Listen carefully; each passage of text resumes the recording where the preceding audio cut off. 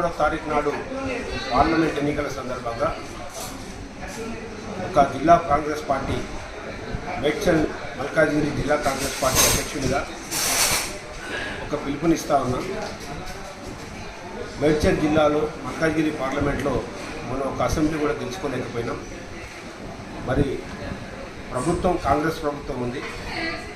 మరి ఈ యొక్క ప్రభుత్వానికి మద్దతు పలికినట్టయితే మా యొక్క సునీతా మహేందర్ రెడ్డి గారు 10 సంవత్సరాలు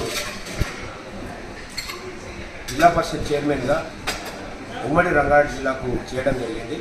ఇప్పుడు వికారాబాద్ జిల్లా పరిషత్ చైర్మన్గా కొనసాగుతూ కాంగ్రెస్ పార్లమెంట్ అభ్యర్థినిగా శ్రీమతి సోనియా గాంధీ గారు, రాహుల్ గాంధీ గారు, మల్లికార్జున ఖర్గే గారు, మన రేవంత్ రెడ్డి గారు అవకాశం కల్పించడం జరిగింది.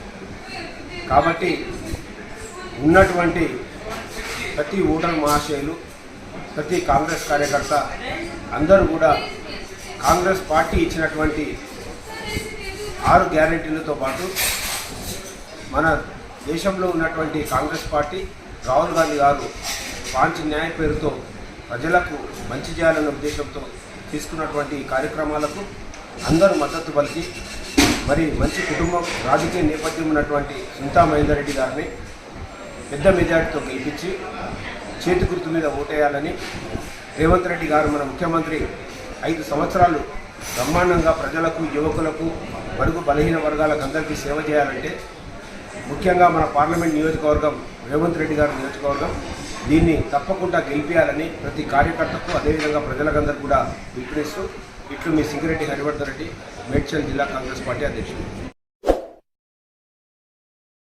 మా E6 ఛానల్ని లైక్ చేయండి, షేర్ చేయండి, సబ్స్క్రైబ్ చేయండి.